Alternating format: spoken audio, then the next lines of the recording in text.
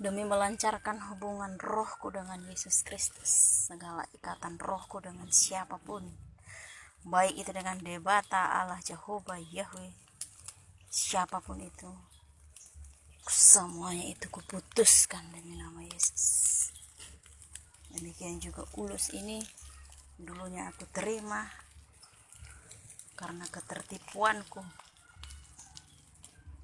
dengan si Debata, dan saat ini juga aku musnahkan demi nama Yesus Kristus. Sudah tidak ada lagi kuasanya. Sama seperti sampah ini aku bakar demi nama Yesus, tidak memiliki kuasa lagi.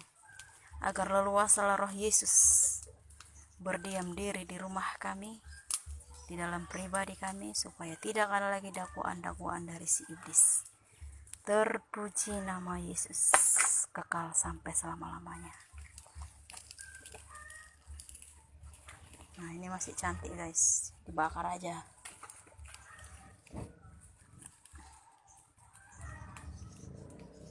Akan dituntaskan semuanya.